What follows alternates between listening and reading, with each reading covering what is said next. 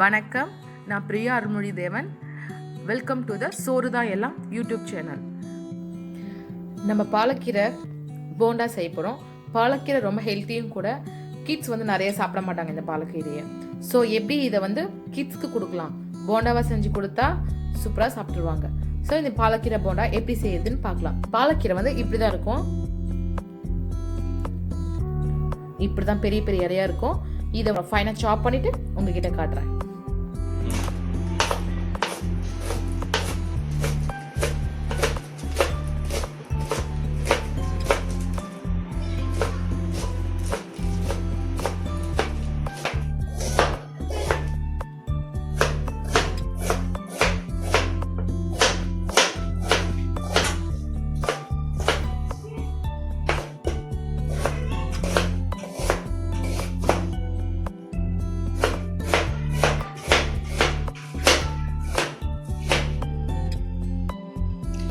பாலக்கீரை cut பண்ணா இப்படிதான் இருக்கும். இவ்வளவு ஃபைனா சாப் பண்ணி எடுத்துக்கணும்.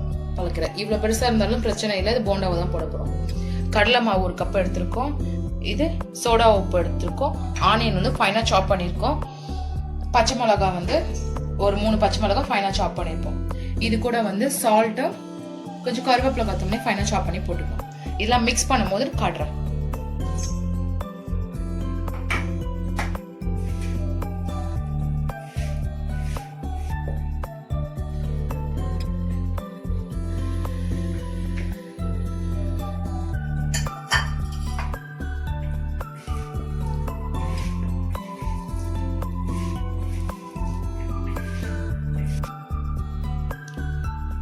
சோடா உப்பு,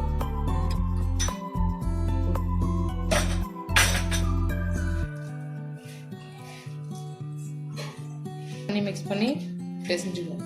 ரொம்ப தண்ணியாவும் பிசையக்கூடாது, ரொம்ப ரொம்ப கட்டியாவும் பிசையக்கூடாது. கொஞ்சம் லூஸா பிசைஞ்சுக்கணும். அப்பதான் ரொம்ப ஹார்டா இல்லாம சாஃப்டா இருக்கும் போண்டா. ரொம்ப கட்டியா எடுத்து போற பதத்துல இருக்கணும். இப்போ ஆயில் ஹீட் ஆயிடுச்சு.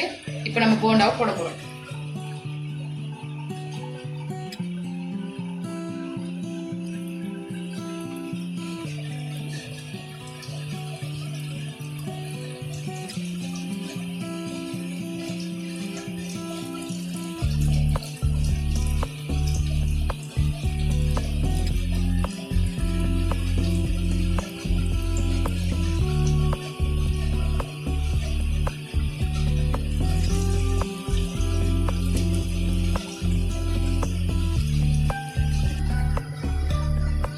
எண்ணெயில போட்டு டீப் ஃப்ரை பண்ணிட்டோம்.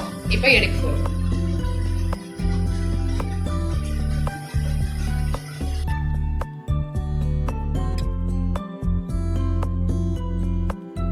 இந்த ரெசிபி உங்களுக்கு பிடிச்சிருந்ததுன்னா சோறு தான் எல்லாம் யூடியூப் சேனலுக்கு சப்ஸ்கிரைப் பண்ணுங்க, லைக் பண்ணுங்க, கமெண்ட் பண்ணுங்க, அண்ட் FBலையும் ஃபாலோ பண்ணுங்க. சோறு தான் எல்லாம்.